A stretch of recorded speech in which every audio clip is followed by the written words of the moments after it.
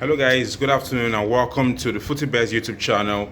Today where we'll be discussing about the games that we played so far in the World Cup, beginning with Wednesday's game. Guys, you know how we always begin is that we have a request that we're trying to get to 10,000 subscribers before the end of November. So please do us a favor, click on the subscribe button below, like this video and turn on notifications because we will be releasing videos like this on a regular. Now guys, I apologize. I know I promised y'all I was going to make a video every 1, 2, 3 days, but unfortunately I've had issues with my MacBook, with my iPhone, and I'm actually recording on a Samsung as I speak to you. But hey guys, let's really do a recap of the games that have been played this Wednesday in no particular order. Let's begin with Qatar Senegal. Senegal finally getting all 3 points against the host, and in that way sending Qatar packing away from a tournament in which they are hosting there. Senegal, 2 goals from Blayedia. I believe he stabilized his trade with Villarreal, and 1 goal from the guy who was a lead goal scorer throughout qualification there. So really impressive display by Senegal there. We did expect them to come out and beat Qatar after losing their first game against Netherlands there. So yeah, impressive one. Africa has finally secured its first 3 points of the tournament, and we can only wish that that continues for a long time. Second game we'll touch upon today will be Netherlands versus Ecuador. Netherlands there, after going ahead through again Costa, who has become so far one of the revelations of the tournament there. They then considered a late goal to Ecuador. I won't say it's a late goal, but a goal in the 50th minute, within the first 15 minutes of the first half there. And Ecuador could actually have gone on to to win that game there. They struck the bar twice, right, after drawing 11 there with Netherlands there. So yeah, watch out for Ecuador in their last game against Senegal. Senegal absolutely have to beat Ecuador to stand a chance of qualifying for the round of 16, except, and this is a big if Qatar manages to beat Netherlands there. So very interesting permutations going to the last round of games in that particular group. The next game we'll touch up will be Wales versus Iran. Iran there beating Wales 2-0 after Wayne Hennessy got sent off in the later stages of the second half there. Iran scored in 96th and the 98th minute goal there. Really impressive display there from Iran after losing their first game against England 6-2. And in keeping in tune with that, earlier today, Japan actually lost to Costa Rica. Don't forget that Japan, that historic victory against Germany, they beat Germany 2-1. Costa Rica lost their first game 7-0 to Spain. Now, the first game that was played today, Costa Rica beat Japan by a lone goal. So really impressive recovery powers there from Costa Rica. When you lose your first game 7-0, it seems like the whole world is upon you there. So I'm really impressed. Really happy for the Costa Ricans that they're able to salvage some form of pride against Japanese there. In keeping with the David versus Goliath theme here, I also want to talk about Saudi Arabia losing their game against Poland. Remember that very impressive victory against Argentina there after Messi had given the Argentina team the lead via the penalty. Saudi Arabia stormed back in the second half, scored 2 or reply goals, and went on to record one of the historic victories of the World Cup, right? So guys, Saudi then lost to Poland yesterday 2-0. Zelensky is calling the first goal there in the first half there. And don't forget that the Saudis had a penalty where they could have at least have drawn level before the halftime break there. It was a weak penalty from their skipper there, and I was just a bit disappointed that he didn't really go for it. That attempt was really weak and tame. And so now they have lost to Poland, and so they have to absolutely win their next game, which has to be against Mexico. Mexico, by the way, lost to Argentina yesterday. Argentina were pretty much flat until a moment of magic from Messi there, man. A sweet pass that came to him, and then took one touch and then just whizzed the ball past Ochoa there, and then Enzo Fernandez committed the scoring on the night with a wonderful goal to make it 2-0 for Argentina against Mexico and record their 4th straight victory against Mexico at the World Cup. So yeah, really impressive one there. We talked about Costa Rica losing to Spain 7-0 there. I like the fact that Luis Enrique kept partnerships and club sides there. He basically played Laporte and Rodrigo, the center of defense there. Maintained Barcelona full-back partnership of Alejandro Balde and Jordi Alba. In midfield, he kept Busquets, Pedri, and Gavi, and in front line of Dani Olmo, Ferran Torres, and I can't quite remember who the last person was, but Spain were simply irrepressive on the night, scoring 7 goals, unreplied goals, and keeping a clean sheet there. So really impressive one. Spain obviously are one of the favorites in the World Cup. So yeah, not a bad way to start. And then Belgium, Canada. Remember Alphonso Davies losing a penalty. Again, another weak penalty. All Thibaut Courtois had to do was just get down to his right quickly. And only God knows how that game would have panned out if Alphonso Davies had given Canada the lead in that game. Michy Batshuayi eventually settled the game with one goal there.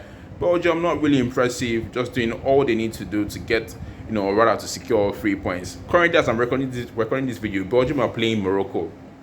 And Morocco had a goal disallowed in the first half, a wonderful free kick by Hakim Ziyech there.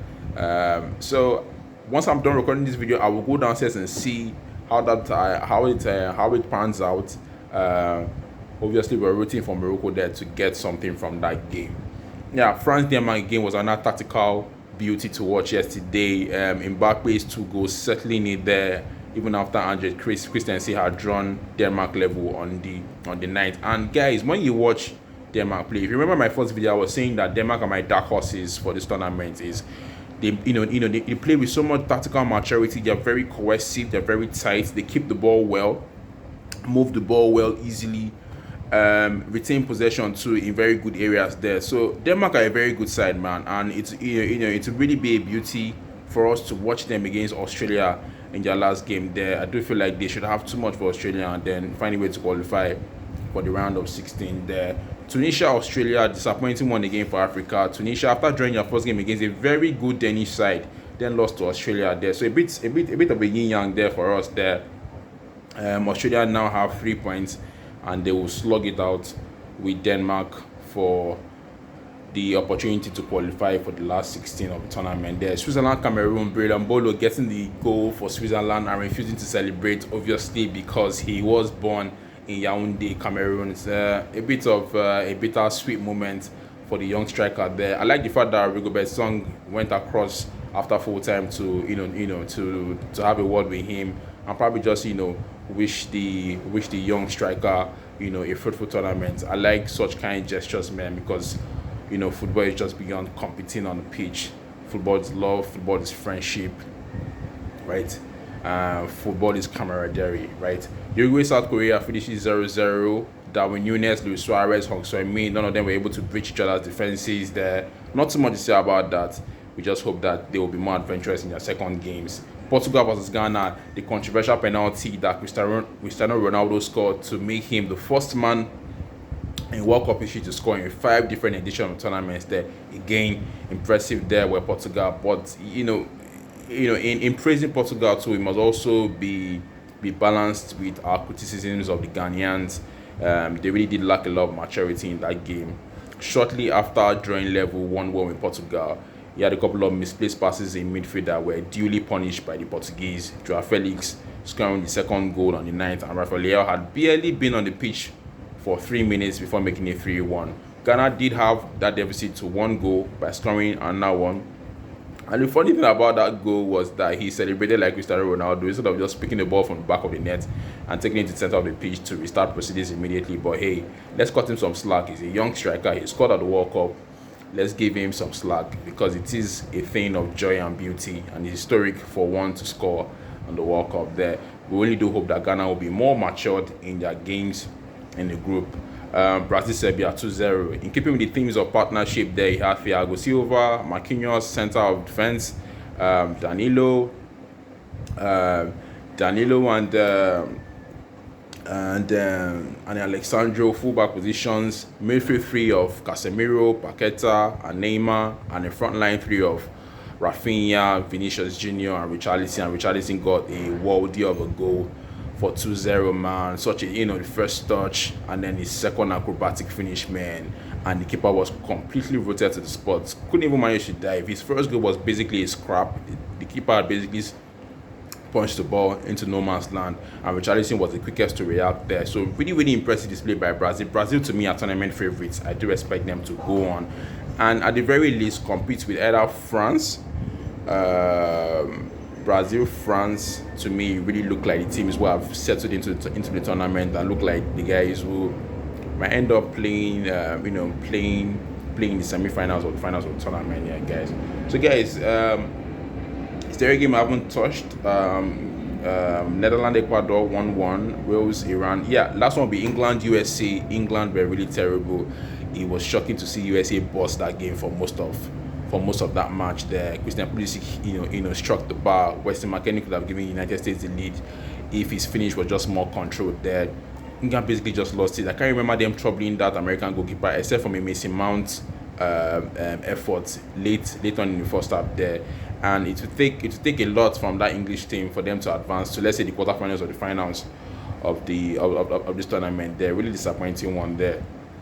So guys, that's pretty much it. Belgium and Morocco are currently playing. I'm still not going to call any game. Croatia, Canada to me will look like I'll call that for a Croatia win. I expect them to get the job done against Croatia. Spain, Germany is a go guys. Both teams will score in this particular one, man. Put that, you can take that to the bank. So guys, that's pretty much it. I've made my first prediction of this tournament now. I'm saying that Croatia will beat Canada and Spain and Germany will end up as a go or as an over 1.5 or over 1.5. So guys, that's pretty much it. Please subscribe to our channel, like this video, turn on notifications. We'll be doing videos like this on a regular. I will find a way to release a video either via my phone or just find a way to release a video for you guys regularly. Thank you for tuning in. Stay safe, stay sane. We'll have more footy bets for you in 2 or 3 days time. Thank you.